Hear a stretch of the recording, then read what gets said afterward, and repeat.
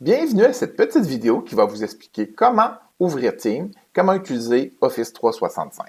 Donc, tout d'abord, allez simplement sur la barre d'adresse ici en haut, écrivez office.com. Donc, vous allez arriver sur le site d'Office. La première fois, bien sûr, il va vous demander de vous connecter. Ce n'est pas votre adresse courriel du Cégep, mais bel et bien votre code d'utilisateur. Ce qui veut dire que c'est, exemple dans mon cas, moi, STE pour mes 3 premières lettres de mon prénom, CHE, 3 premières lettres de mon nom de famille, suivi de CG, et finalement à commercial cégeprdl.ca. Donc, vous écrivez votre code suivi d'un commercial cégeprdl.ca et par la suite, c'est votre mot de passe habituel du cégep. Donc, on peut faire par la suite se connecter, tout dépendant de l'ordinateur. Je reste connecté ici pour moi-même. Vous allez découvrir certains outils d'Office 365. Celui qui nous intéresse plus particulièrement pour l'instant, c'est vraiment l'outil Teams. Donc, vous allez voir que Teams permet de me faire des conversations, permet aussi d'aller voir mes équipes sur lesquelles que je fais partie et des différentes choses. Et présentement, je vais être dans la version web. Donc, je suis sur une page Internet. Je peux aussi avoir la version application qui peut être plus rapide, que je vais vous montrer dans quelques instants comment installer. Donc, je retrouve ici mes outils d'Office 365, mon OneDrive, donc plein d'outils que je retrouve au niveau de ça ici. Et je retrouve Teams. Je peux aussi aller voir dans mon lanceur d'application ici. Donc, anciennement appelé Gaufrier. Donc, je retrouve ici et je retrouve la même application. Donc, que vous passez par ici ou que vous passiez par ici, c'est exactement la même chose. Donc, je clique sur Teams.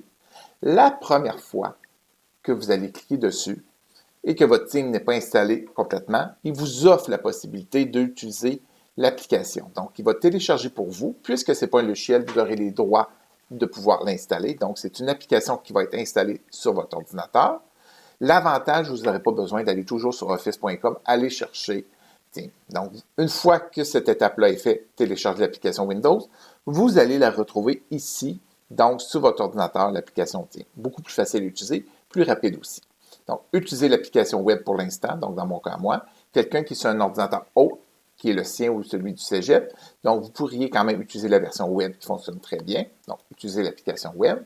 J'arrive ici avec une interface. Au départ, dans mon cas moi, je vais vous montrer, c'était simplement l'interface que vous devriez voir, c'est celle-là ici. La première fois que vous rentrez, c'est une interface comme ça. Donc, je vais dans l'équipe que je veux, je clique dessus, je rentre dans l'équipe.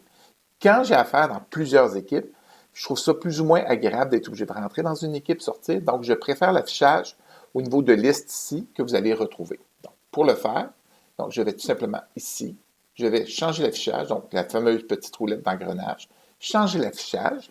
Je vais sur liste ici. Donc, ça me permet de travailler plus facilement parce que je vais voir qu'est-ce qui se passe dans mes équipes. Je vais aller voir facilement dans les différents canaux.